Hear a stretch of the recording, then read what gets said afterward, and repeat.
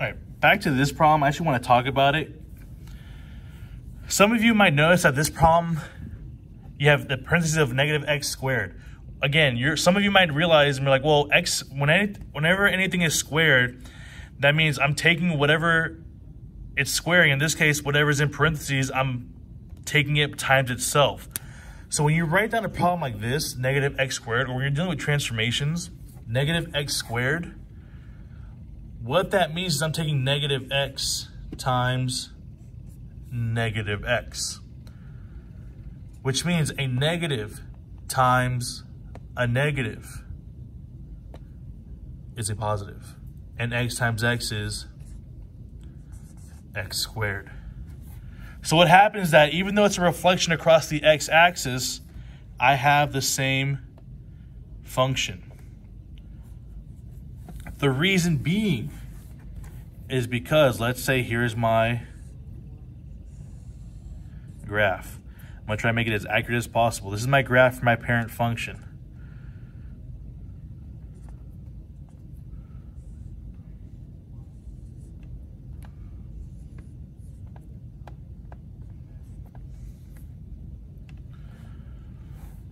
I'm going to list out some points. 1, 0. This is 2, 4. How did I get these points? Well, that's not 0, that's 1. And of course, this one is, might as well just list them all out.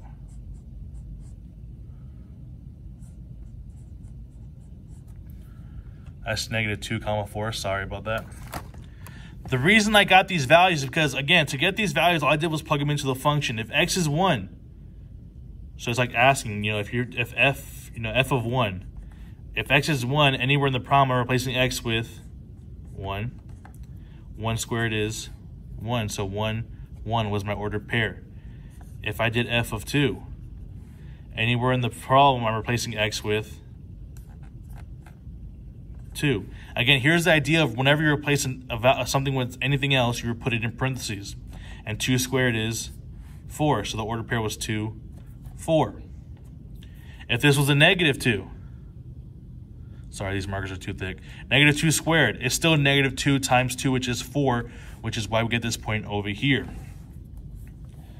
The reason why the reflection across the y-axis is identical to the parent function is because, again, a reflection across the y-axis, what values are going to change from the right side to the left side if I take this point and flip it over? It's going to be your x values. Your x values are going to change. Now, if you said your y values, the reason why your y values aren't going to change is because your y values up here are positive. If I go from this quadrant to the next quadrant, your y's are still going to be positive. But if I took a y value from this quadrant to the quadrant down here, then it would change, but that's why that would be a reflection across your x-axis. But your reflection across the y-axis, again, it's going to change your x values. So for example, what that means is I'm going to take this point. I'm going to reflect it across the y-axis. How many units is it from the y-axis? It's 1 unit. So when I reflect it over, it's still going to be 1 unit away. But look at that. The point that when I reflect it over the y-axis, it's a point that's already on the graph. That's part of my parent function. Same thing here. This is 2 units from the y-axis. So when I reflect it across the y-axis, it'll still be 2 units away, which again, it's a point on my parabola. I totally did not graph this right. Well, I did that wrong. Take everything I just said back, and I meant to do this line. That's 2. That's 2. I'm sorry, my graph isn't perfect. As somebody famous once said, everybody makes mistakes. Now, if I'm looking at a table, for example, this is my table for the parent function. So this is for x squared. So negative 2, negative 1, 0, 1, 2. And I already did these. Well, 0 squared is 0. Negative 1 squared is 1. Negative 2 squared is 4. 1, 4. But if I did the negative x squared,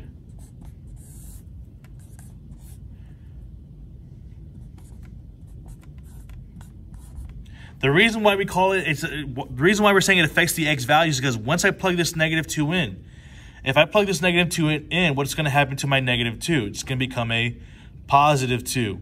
And 2 squared is still 4. When I plug this -1, it becomes a +1, but 1 squared is still 1. No matter, even though it's -0, it's still going to be 0. Here I have a +1. When I plug it in, it becomes a -1, but -1 squared is a +1. 2, when I plug it in, it becomes a -2. -2 squared is 4.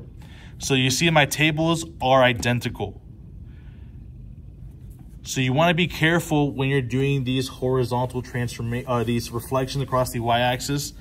Same thing would go for a horizontal stretch or compression. For example, if I have y equals 3x squared, you're like, oh, I can square that. Because 3x squared means 3x times 3x. And what is 3x times 3x? It is 9x squared.